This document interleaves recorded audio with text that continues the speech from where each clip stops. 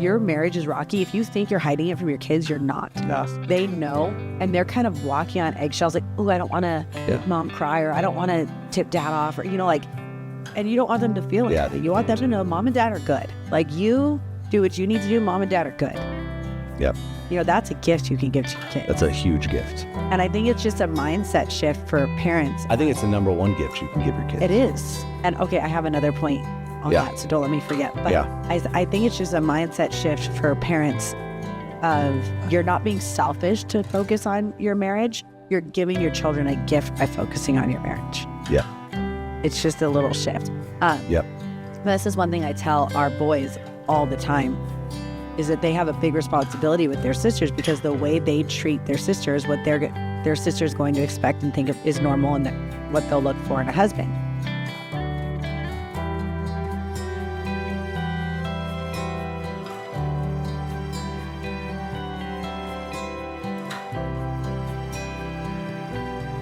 Welcome back to another episode of the Married to Mugicas podcast. We are so excited you're here. Glad to have you. We are Richard and Haley Mugica. We've been married for 12 years, have 4 kids, run a home-based business, homeschool, just are starting our very, very beginner early stage homesteading journey, all of the home things, all the fun things. You're a little sick. I am a little under. Sorry about that. But our slogan here on this show is building a marriage you love coming home to. And that's what we want for all of you. That's right. So welcome back. How are you feeling? Welcome back to the pod. I'll tell you what, I am feeling extra good today. Are you? Yeah, I'm feeling good. Yeah, today I feel good. You know what? I looked at my watch this morning and I had 100%. So the body battery, I slept really good, I guess. Whoa. So it was like 100%. That's crazy. So I think it's psychological more than anything, but because it's kind of working in my favor, I feel pretty good. Okay. And so far you've evaded this cold, which is amazing. You got all the kids, except maybe on. I honestly haven't felt anything. That's amazing. Your supplements are working for you. Supplements are working. I don't know, something's working. And then also too, hey, if you're listening to the podcast, we recently just changed it up a bit. We have a weekly marriage game plan that you can sign up for. So if you go to a link in the description on this podcast, YouTube, Instagram, you can enter your email address. And then every Sunday, we're going to give you a weekly marriage game plan. It's going to be like 5 minutes, super valuable. And you can sign up on social media. Very cool. Yeah. That's exciting. So in our world, I mean, things have been crazy. Have been very intense. Very crazy. We moved. We told you guys this, but we actually moved a week ago today. So it's just been like hard charging. Moving is so much work. You forget how much work it is. Oh my gosh. But it's been so good. We're so happy in this new house. I've never said this before. And we've lived in beautiful homes that have been great for the season we're in, but I really feel like this could be a forever home for us. And I'm very excited about that. It definitely could be. Well, it's got plenty of land to be a forever home. Yeah. It's a really great home. I didn't realize how much I was going to enjoy it. I kind of feel like the king of the castle because now we wake up in the morning, we go outside and you have so much space. Beautiful view and it's quiet. You have a nice view and it's very quiet. At our old house, it was more so of a track home. Yeah. And every morning we would have a great morning together, but it was always indoors. Yeah. Because if you go outside, then you have the neighbors you feel like are looking at you. And then the backyard was kind of just smaller and we didn't have enough space back there. So we never wanted to really go outside. Yeah. But I feel like this home is different. It's like always outside. Everything's just outside. And it's been wonderful. Yes. I'm not going to lie. It's been really, really nice. Really and this cold hit me like literally the day we moved in. So I know it did. I think I'm at the and tail Haley here. really never gets sick. I never get sick, but I'm always so consistent with my sleep. And That's moving is like, it's a lot of work and a lot of late nights. And like literally that first night I was up past my bedtime and my body was like, nope, we don't do this. I know. The movers didn't leave till 1 a.m. The movers didn't leave till 1 a.m. I mean, it was... And I've been sick ever since, but I'm feeling better today. We're 5 days in, and we have we've gotten a lot done. So we should pat ourselves on the back. We're 7 days in. Moved last That's Thursday. right. We're Thursday to Thursday. Yeah, we're 7 days in. That's nuts. It's crazy. Holy smokes. But anyways, so for today's episode, we did it a little bit different today. We did. We took a little poll over on Instagram. We did. Gave you guys a couple options, asked you guys to vote on what the topic was going to be today. So do you want to see what we're talking about today? Let's see what won. Yeah, buddy. So our podcast today is going to be strong marriages equals strong kids. Marriages equals strong kids. Give them the flavor. Hey, are you not going to go live? I am not right now. No? Okay. I guess, yeah. But so that was the winners. That's what we're talking about today. How Let's do having it. a strong marriage produces stronger kids. By the way, we just had a viral reel go. We did. Our I don't very know. first, It's nuts. It's crazy. So, I mean, this is like kind of business side of stuff, which isn't as fun, but we went from like under 2,000 followers 5 days ago On Instagram. to now we're at like Almost 11,000. Yeah. in like a couple days. And this reel's almost gotten like 1 million views. The reel, it's just crazy. That's nuts. I don't know. It's funny. And like, I will completely stand by what I said on that reel because I think it was true. But it's funny how people have kind of taken it a different way than what I necessarily meant, where it was, you guys know me. If you're here for the first time, this might shock you if you're here because of that reel. But I would consider myself an anti-feminist. And that reel kind of took on a feminist turn that I wasn't prepared for, that I don't like that turn that people took with it, but I still stand by what I said. Interesting. Well, hey, people are going to say, this and that. People get out of it what they need, and that's okay. That's right. No doubt about it. So today's topic is stronger marriages, stronger kids. Yes. I like it. And I really, really believe wholeheartedly with everything in me that the best gift you can give your children is to love their father or their mother and to have a strong marriage. I agree. I believe that with everything in me. And I think that people can get that mixed up sometimes where they think that in order to give their kids the best gift, they have to pour everything into their kids, when really your kids are going to be okay if you're pouring into your spouse. Does that make sense? Yes, it does. Yep. But it can be really hard because obviously kids require a lot of time. They require a lot of attention. And obviously those things are good too. But you can't neglect your spouse for those things. That's right. That's right. Yeah. There's a good delineation there. I think oftentimes because kids are so demanding, you feel like the best thing to do is to start prioritizing the kids because it's the most neediness thing in your life at that time, Mm-hmm. And, but what I can say firsthand is our kids notice our love for each other. And it makes them feel so much more confident. You can just tell, that like they notice when we hug each other. They notice when we kiss each other. And it's not even just our kids. It's our nieces and nephews notice it. Like the people around us, it's like almost a joke. The other day we went to the escape room for your dad's birthday. And we did girls versus the guys. So we were in separate rooms. And before we left to go into our separate rooms, Rich and I were hugging and kissing and saying goodbye. And our niece was like, oh my gosh, you guys are only going to be apart for an hour. But I we really do like to be together. It's so true. It's just woven into the fabric of our marriage. And it's, it's just, and here's the framework that I think of. I don't know if you think about this, but I'm always, not always, but oftentimes I'm asking myself the question, what are the behaviors that I want the kids to repeat, right? So when they get married, is this what I'm doing right now, is this something that I want my kids to not do in the future or to replicate in the future? And oftentimes when we're just, affectionate with each other, we show our love for each other. Some people call it PTA. What is it called? PDA. Yeah, PDA. Like our nephews and nieces will be like, yeah, Uncle Rich and Auntie Haley give so much PDA. Mm-hmm. But here's the thing is when our kids get married, I want them to replicate a lot of that. I hope that they have PDA with their spouse, and I hope that they might have longer kisses than necessary with their spouse. And I hope that they would want to be physically, connected, affectionate with each other. So that's the framework that I run through in my mind. I try to stay away from the behaviors that I don't want them to replicate and move towards the behaviors that I always want them to replicate. Believe me, our kids it's so gross. Dad, why'd you have to grab Mom's butt? Oh my gosh, or our son will come put his hand in between our mouths when we're kissing. But I think that's what's really important to remember is your children are only children for a very short season of their life. Majority of their life they're going to spend as an adult outside of your home. So you have to set the example of what you want their life to look like in the future, not what they think is gross when they're 10 and 8, or 10 and 9, I guess they are.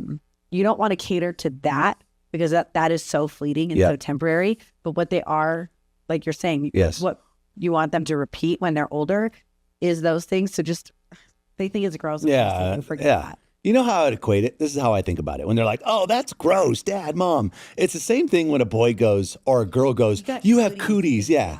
Oh, you have cooties. You're so gross. When really they love it. When really underneath they're so into it. They're so into it. Exactly. Yes. That's how I take that. 100%. And if they didn't say that, and if they weren't like that, I would be concerned. Like if they were like, oh yeah, that's great. Like, no, but kids, that's how kids show you that they're into it. Right. You know, that's their whatever weird language that so they I think use. you get some parents that are like, oh no, it makes our kids uncomfortable. Like we don't kiss in front of our kids because they don't like it. It's like, oh no. Yes, they do.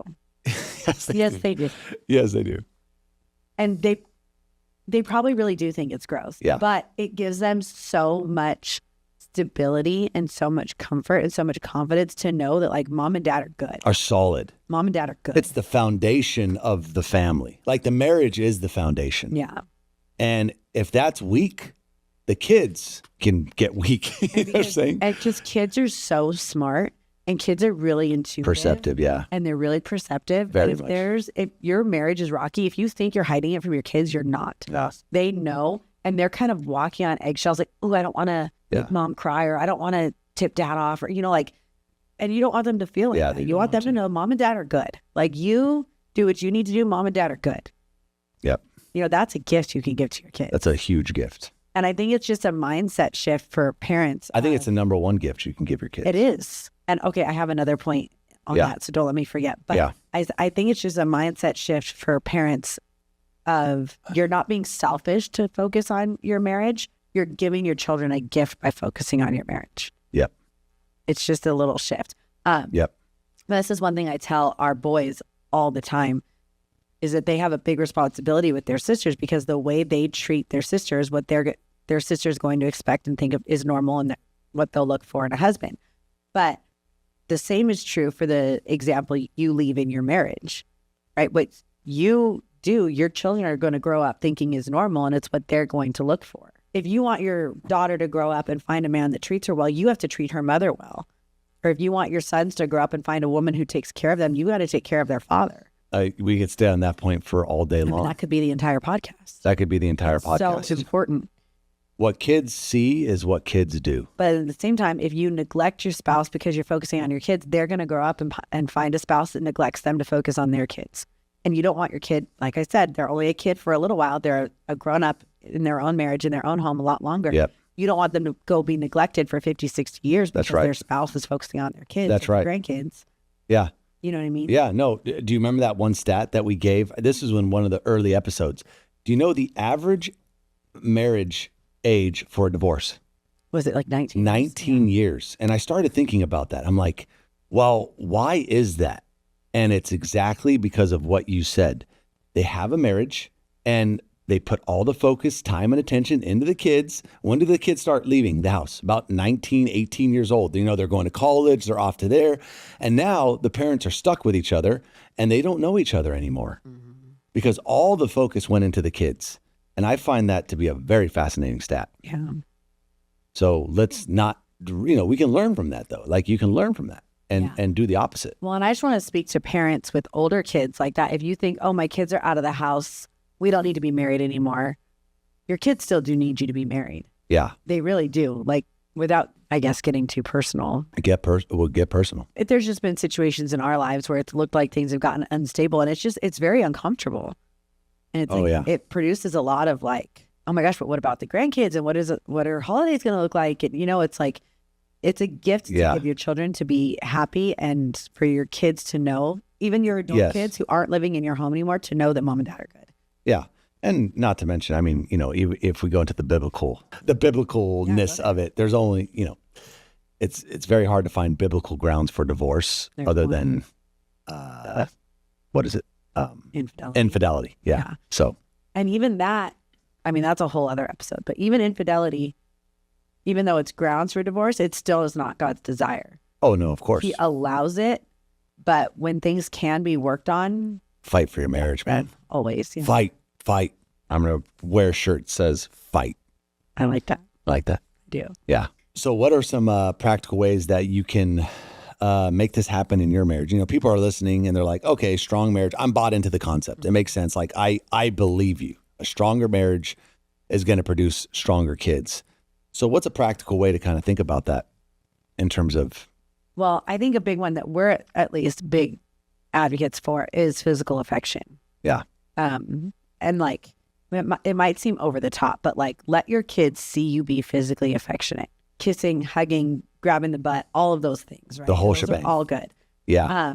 I think that's really important. And then also, I think one that can be hard for a lot of moms, and it was hard for me to get over, is get a sitter once a week, once a month, whatever your budget can afford, and leave and go on a date with your husband. It makes such a huge difference. And I think dates at home are good. And I think if that's the season you're in, that's fine. But there's something about leaving and like not having the laundry buzzing at you and not having anyone to feed and not having anyone getting out of bed because they need water. Actually leave with your husband, enjoy a few hours, and then come home. I get it as a mom, it can feel really hard. But Yeah. that one thing alone has made a world of difference for our marriage. And our kids know, like, oh, it's date night, like mom and dad are leaving. Like, they know that we prioritize date night. Yeah. Yeah. You know, a good analogy, how I think about it is you're kind of filling up the bank account. Like date nights refill the bank account. Mm-hmm. And I think a lot of men, because I think just men in general are a little bit more money conscious usually, right? Yeah. And they can start thinking like, well, this is an expense. Right? Why, we can do it at home. We can, we see each other at night. We spend plenty of time, as a man, you can start justifying it. But I think another way you can start viewing date night is it's really an investment in the marriage. Yes, you're going to use some resources, but those resources are going to multiply 10, 20, 30 times over with the marriage that you're going to form because of the date nights. So I throw that in there because some women, whatever, might say, well, yeah, but it's an expense. It's like, well, no, I think the mindset is it's a huge investment into your family. Yeah. And we've been consistent about date night for 2 years now, maybe. Yeah. And it's made a huge difference. Pretty religiously. Oh, very. Yeah. And even just like my energy for the rest of the week is like, I just feel like my tank's a little bit more filled up. Exactly. If that makes sense. Yeah. The bank account's getting more full, man. The bank account's full. The bank account's full. So you have the physical side of things. And then now what comes after the physical? Well, I think talking's really important. Yeah. Like sharing your dreams, hey, I learned about this concept today and I thought this was really interesting. Like, what are your thoughts? Or even, hey, I heard this guy say this and I completely disagreed. What do you think? Or whatever, just stuff to talk about what you think, what's on your heart, what's on your mind. Yeah.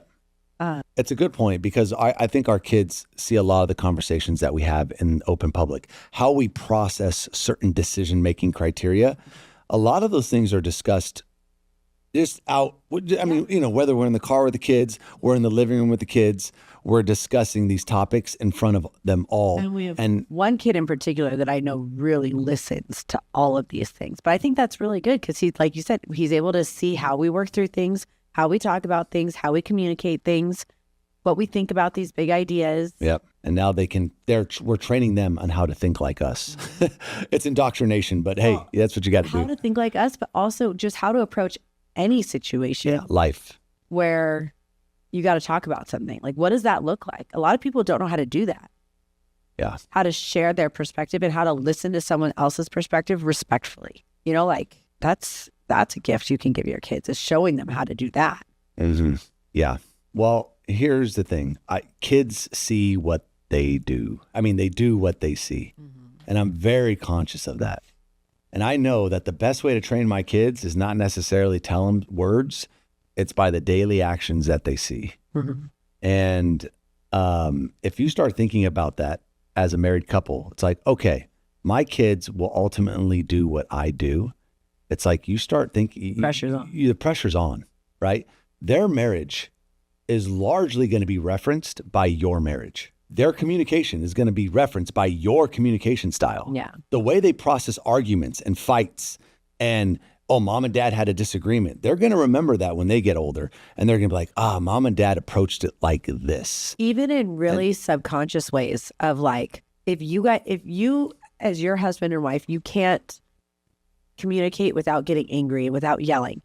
then when they go into and they have a conflict with their spouse, not only are they going to be yellers, maybe because it's justified, but even if they're not yellers and they do the opposite, it's going to kind of raise a red flag, like, oh, I might get yelled at because I disagree. And it's going to make them really scared to share their point of view for some kids.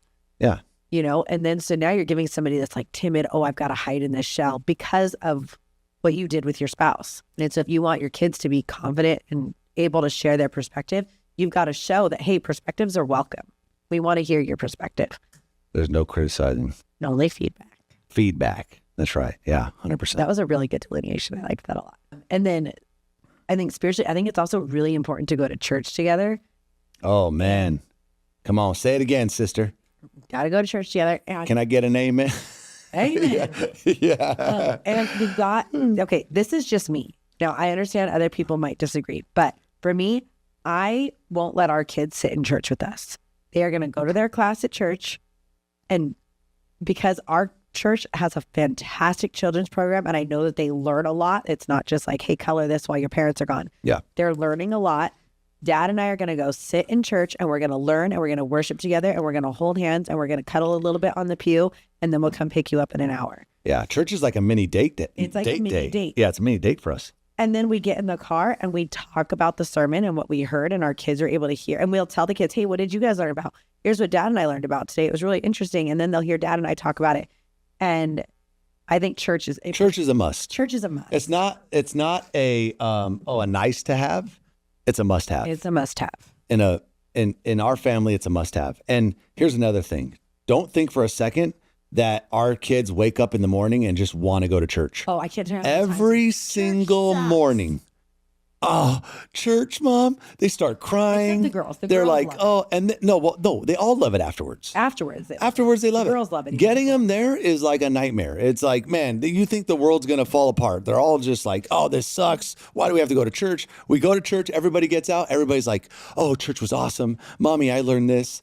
I got to see my friend. So look, if your marriage is like, if you're thinking, dude, it's so hard to get to church because my kids don't want that's probably everybody. Okay. And children are children. And I understand people will disagree with me on this too. Children are children. Children do not get to dictate what the family does. I know. And we see that oftentimes with some families. Know there's other people who think that, hey, if I want to teach my kid that their opinion is valuable, so I'm going to ask them where they want to go or ask them what they want to do. I'm sorry. I think that's baloney. Yeah. I think that's ridiculous. Yeah.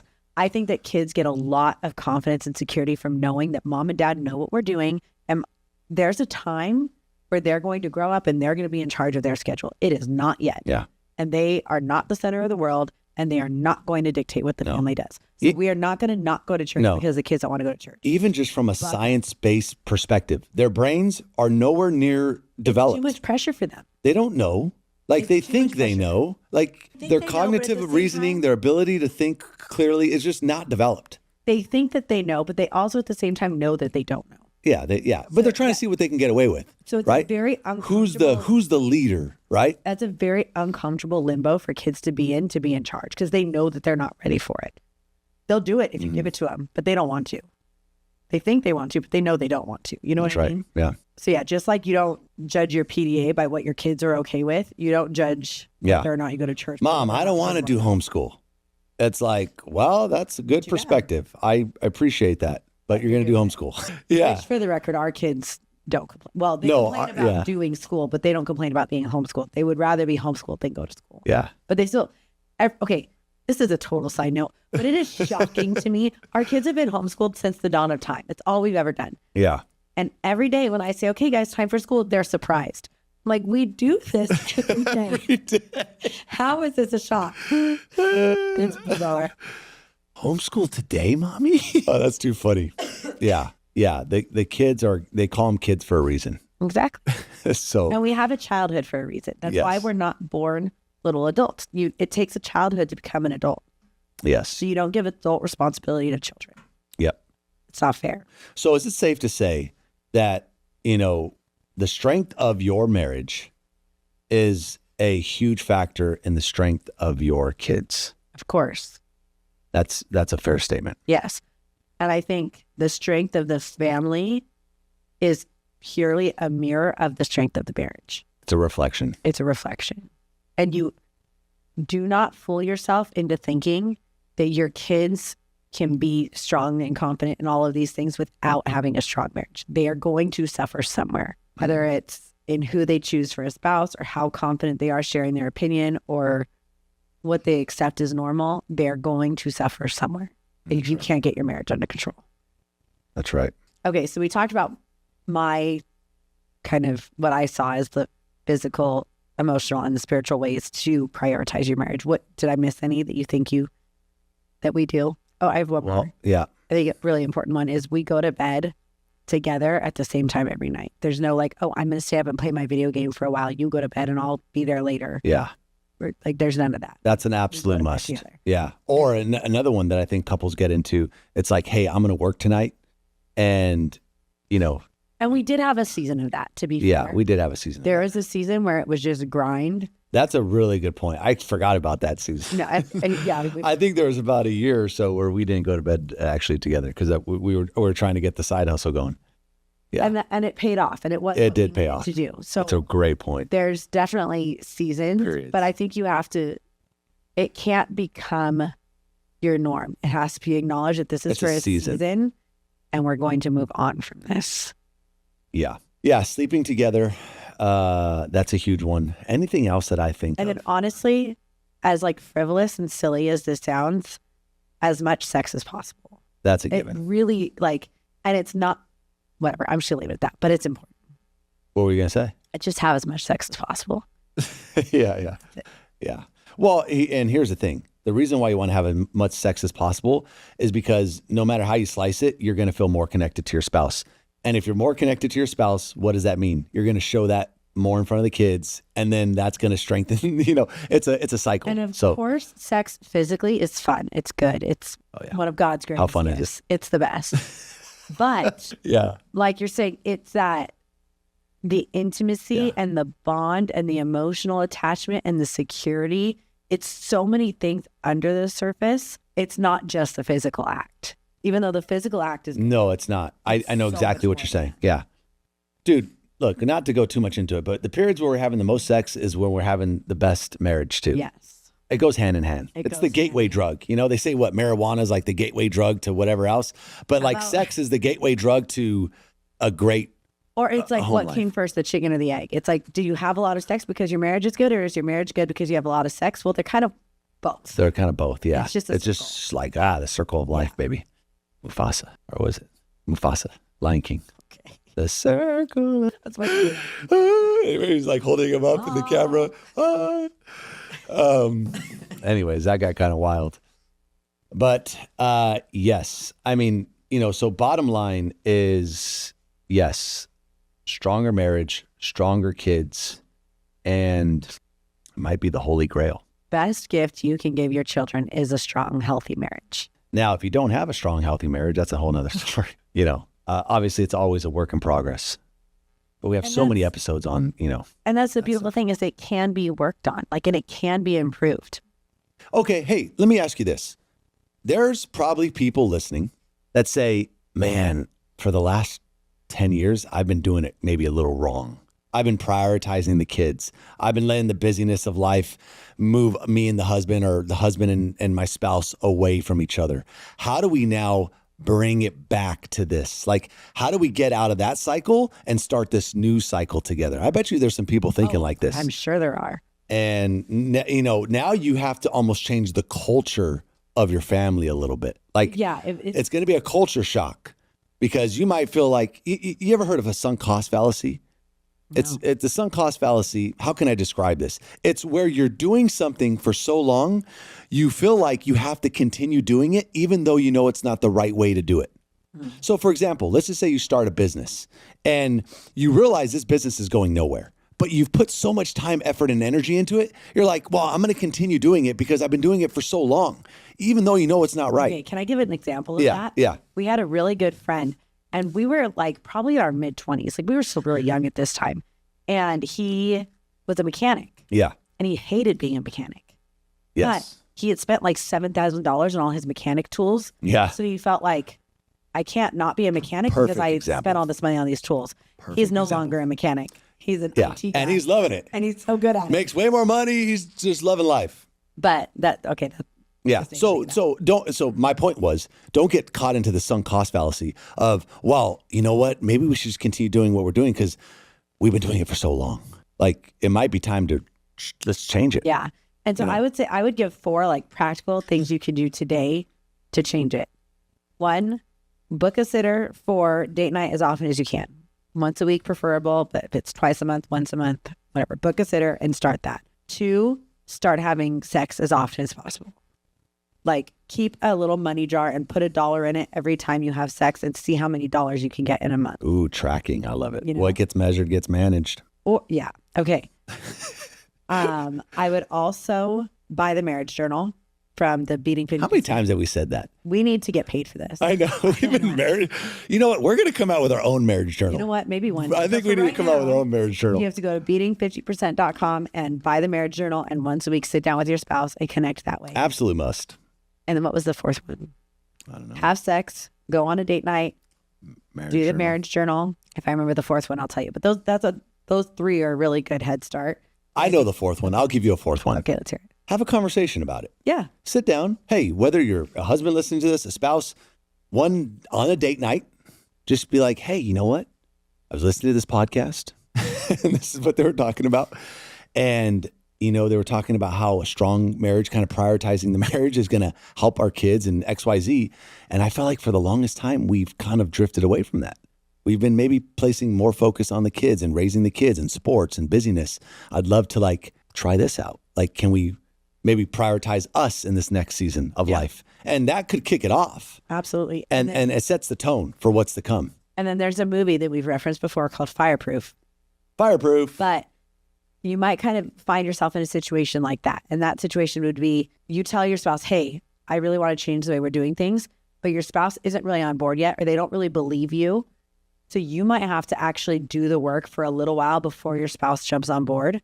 But your spouse will jump on board if you're consistent with it and if they see that you're serious. That's right. So just plan the date night, buy the journal, make the tea, say, hey, we're going to sit down and we're going to do this. Spouse knows you're serious. Yes. And especially, you know, if you've been that mom who's really neglected your spouse to prioritize your kids, they might, as a way of protecting themselves, because that actually really hurts, they might be like, oh, I don't know if she means it this time. You know, so you've got to really do the work to show that you mean it. Be willing to do that work because it's a good work and it's worth it. And I would suggest watching that movie. It's a good movie. Fireproof. We watched that way back in the day. It's an old one. Yeah. It's a good one, though. There's also The War Room. The War Room was the same maker. Yeah. Yeah. That was a good one, too. Yeah. Yeah. So well, there you go. For us, what's the bottom line here? The bottom line is this: a stronger marriage is gonna equal stronger kids, and you have 3 main ways that you can do it. You can do it through physical touch, which we highly recommend. You show more physical touch to each other. You have the emotional side, just connecting in front of the kids emotionally, conversations, sharing big ideas. And then you have the third one, which was, spiritually. Get to church, prioritize God and faith, and don't let the busyness of sports take that away from you guys, because that can creep in slowly and it's a slow drip, man. You don't want to go down that road. So you have those 3 things that you can do to strengthen your marriage, which will ultimately strengthen your kids. And then if right now you're not on that path and you're like, dude, we've been putting the kids first, well, then follow your 4-step framework, right? Step number 1, get date nights scheduled. Just do it. Get the marriage journal, beating50%.com. Number 3, have sex. Have sex a lot, more than maybe you think you should. And then number 4 is have a conversation around it. And that'll get you back on track. And then voila, there you go. Anything else you want to add, babes? You summed it up pretty good. Did I sum it up good? That was perfect. Cool.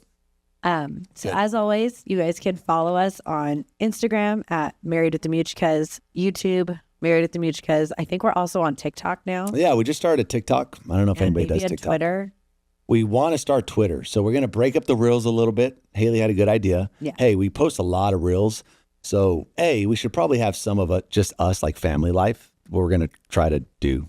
No promises. But we're also going to incorporate some quotes into the lineup. And just to be completely honest, the only one we are really on is Instagram. Everything else is kind of managed for us by our social media manager. But if you want to talk to us, Instagram, DM us on Instagram and we will respond there. 100%. And then all the podcast platforms, Apple, Spotify, Audible, all those fun places. And and then sign up for the weekly game plan. I'm telling you. Link in the bio. We'll send it every Sunday for you guys. Yes. Thank you so much, guys. This was a really fun one. All right. Love you, babes. Love you. Proud of you. Proud of you.